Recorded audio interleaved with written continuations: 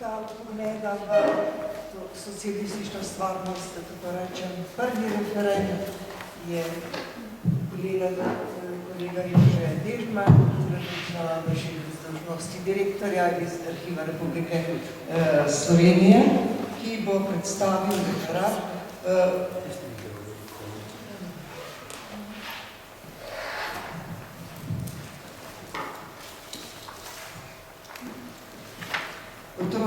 otroštva diskriminacije otrok, žrtev titoističnega terorja in tabuja.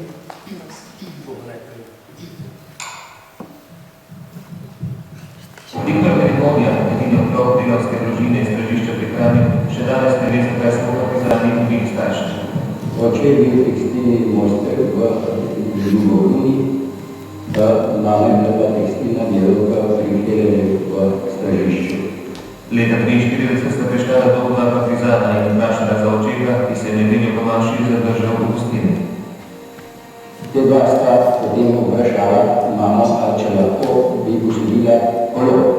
Ona je posodila kolo, prav se ga bo nazaj napeljala, očeta ga samo nekaj vprašala. Ni bilo to 20 minut od tega, nekaj je prišel nekdo sporočil, da so očeta ustrelili. Oče je bil vanje, zatekal se v Kranj. 6-letni Viktor je ostal doma z mamo, čez nekaj tednov sta pa pri sosedi zmotila neznanca. Kje je mama, sta se sprašvala. Ne sem rekel odzad, za hiša je nekje, na vrtu. No, potem sta šla odzad, sta jo prepeljala eden spred, eden odzad. Jaz sem videl, da smo instinkt, da nekaj ne špila, ne. Jaz sem potem, ko so šli v sobo, v spalnico, sem jo poljel za roke in šel z njima, ne. Potem jo je eden obrnil, vzel pištolo iz sukniča in strelil, ne. In mama je padla, jaz sem pa skočil iz sobe. Jaz sem bil takrat star 6 let, ne, in jaz sem spal, da sem bil na tleh, ne, kot otrok, ne, zopov, ne. Potem je bil pogreb od mame, ne, jaz sem to sanjal dolge časa, da o temu pogrebu in tako dalje, ne. In mama se mi po noč kazala, mama in tako naprej, tako da ne moram povedati, ne, kako je to, ne, če držiš mamo, da ne ti jo ne streli. Ostal je sam z očetom, ki ga je vzel v sebe. Po vojni, ko je oblasti razglasila amnestijo, se je še oče prijavil na občino. Nikoli se vrnil. To se pravi v dolini Kokre, dol pod Farožem. Je bil streljan, samo prav kam je pa, tam so ga pa potem odpeljali, kak je zakopan, to pa niso povedali, ne. Ostal je sirota. Teta je bila dosti dobra za mamo, ne, ampak jaz sem skozi nekak in tak občutek, da kaj ste, ne bodi si ga treba, da kaj sem jaz pravzaprav na svetu, da so mi najdraže, kar sem imel, recimo, so mi vzeli, ne. Za neposrednega storilca je izvedel šele nedavno. Zdaj pa vem, kdo je imamo vse, da se ga želi, se mu je nazaj razmišljati, ampak vem pa, kdo je bil radnik iz Središča. Domačin. Ja, pa mu bil 8.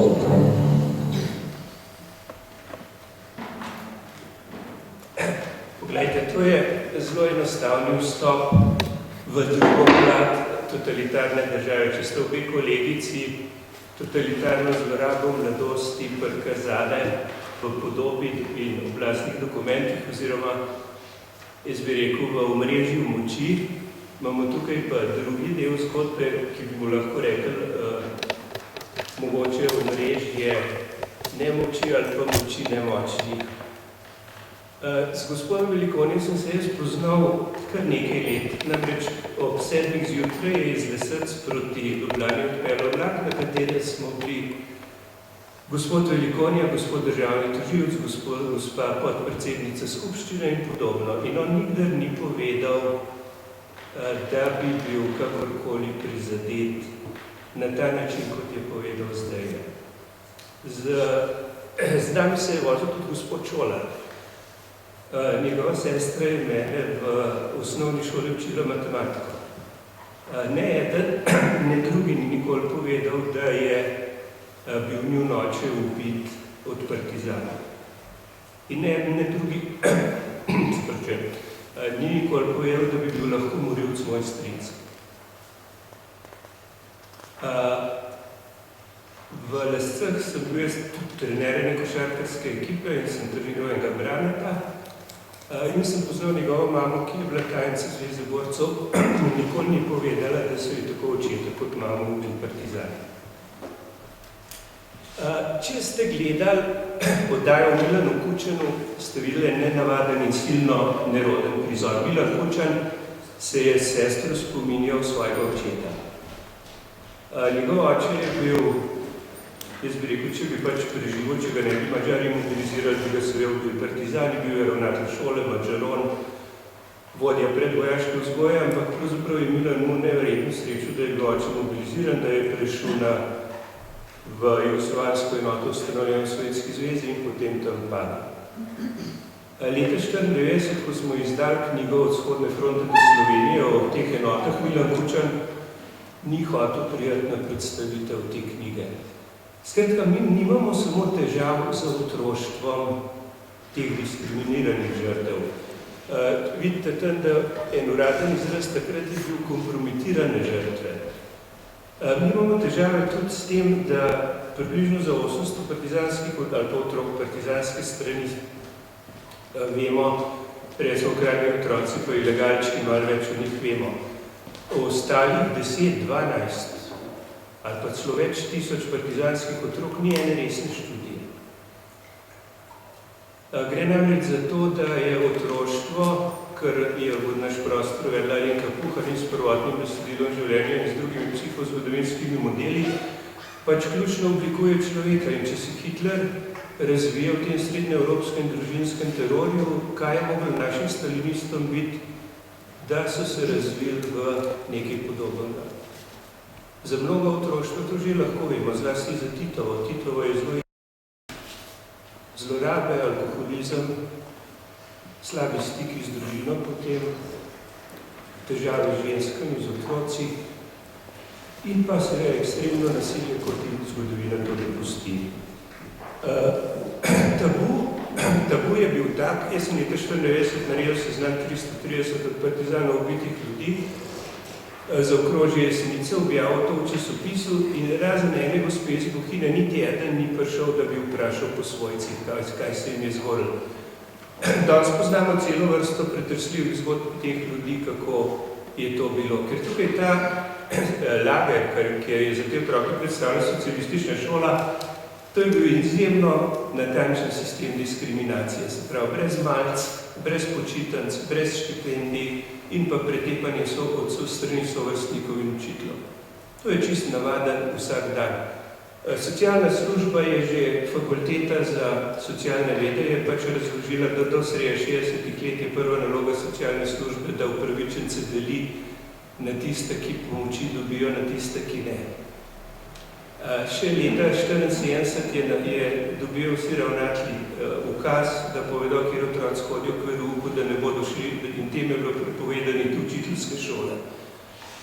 To je okolje, v katerem so ti otroci odraščali. In teh otrok, jaz poskušam dokazati, da jih nimam kot 10 000, lahko samo pa verjetno pogovarjali skupaj z otroci mobilizirancev v nemško vojsko, ki so doživljali podobno usodo okrog 10-15 000 ljudi. Se pravi 30 000 sirot, o katerih ne vemo nič praktično.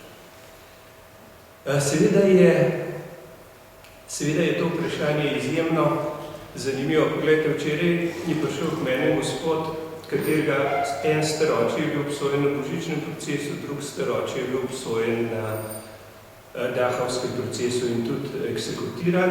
In njegova babica, ki je stara več kot 90 let, ima zadnjo željo zvedeti, ki je ta človek pokopan. Viktor Velikonja je postavil za očeta simbolično spominsko ploščo na opuščenem pokopališču v Stržišču in mu je malo gledati.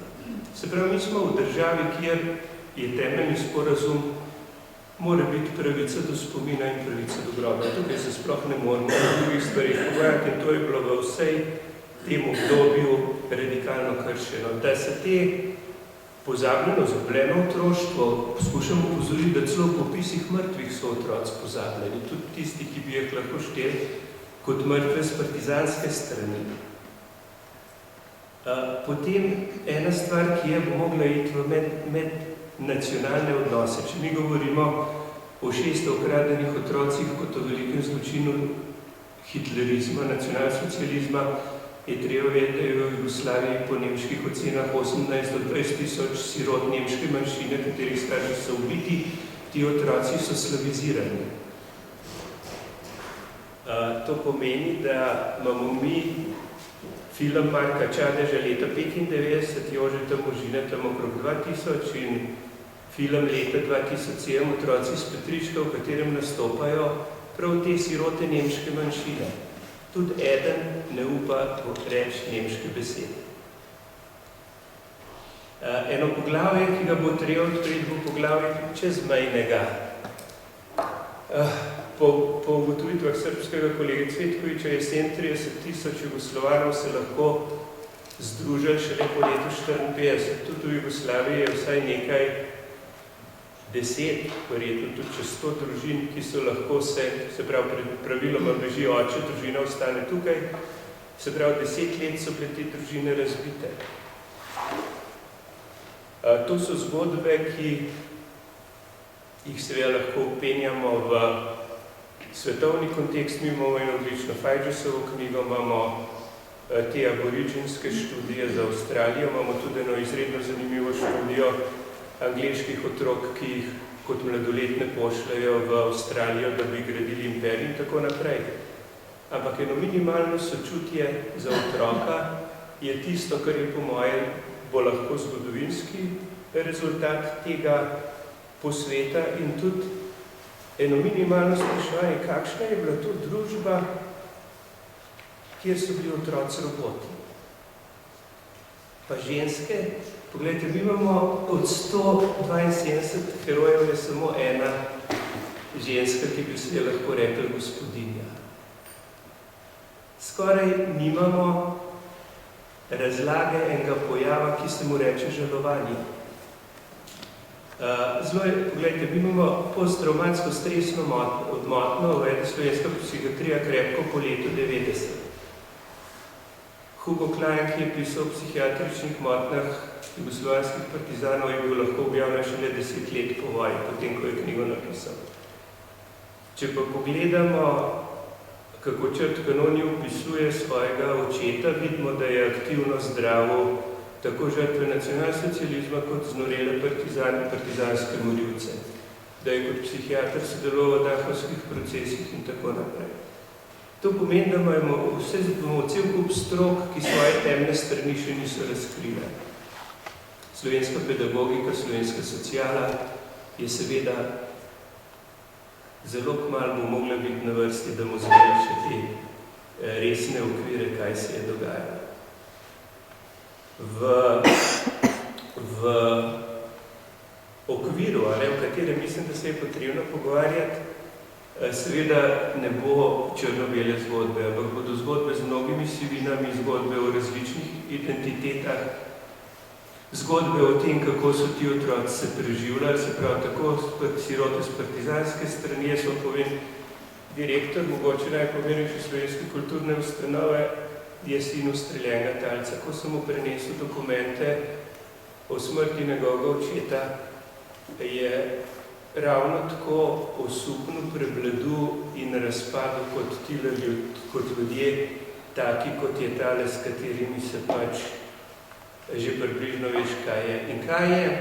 Se pravi, posttraumatska stresna motnja je, vse je treba razumeti. Partizane, mobilizirance, okupatorske armade, civiliste in tako naprej.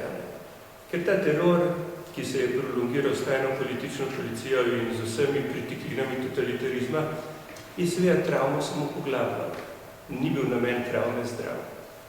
Ampak temeljna travma, ki je diagnostično slovenska psihiatrija sploh še ni uveljavila, jaz sem jo rokodelsko uvedel, tako da sem najdel en vprašalnik, ga na prvem krožku, enem prvi sestankov krožka moč preživetja leta 2004 razdelil in je pač vsakemu tepcu jasno, da se temu reče žalovanska travma. Žalovanska travma je v primerih, če nenadoma izgubiš najbližjega, če se ti zgodi še to, da ti okolje prepusti žalovati, je to travma, ki se vleče do konca življenja in lahko jo ti pokriješ v času življenjskega zorenja in borbe za družino in tako naprej, ampak kako se ljudje postarajo, ti stvari začnejo trkati na vrata in danes trkajo na vrata.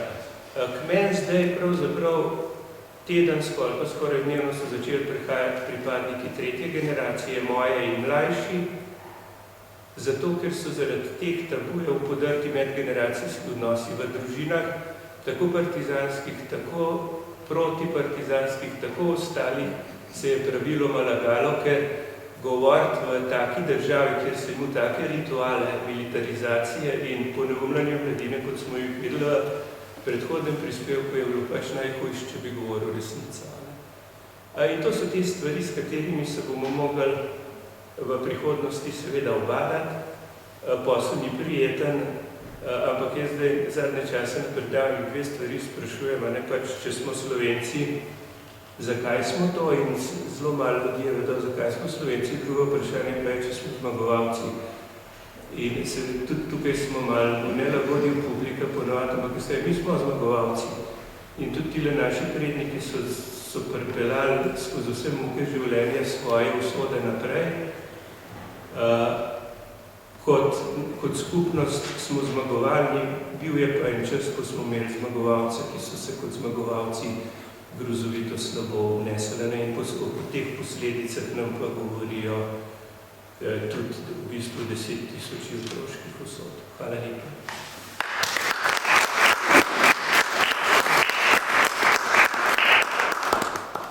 Hvala, kolegi.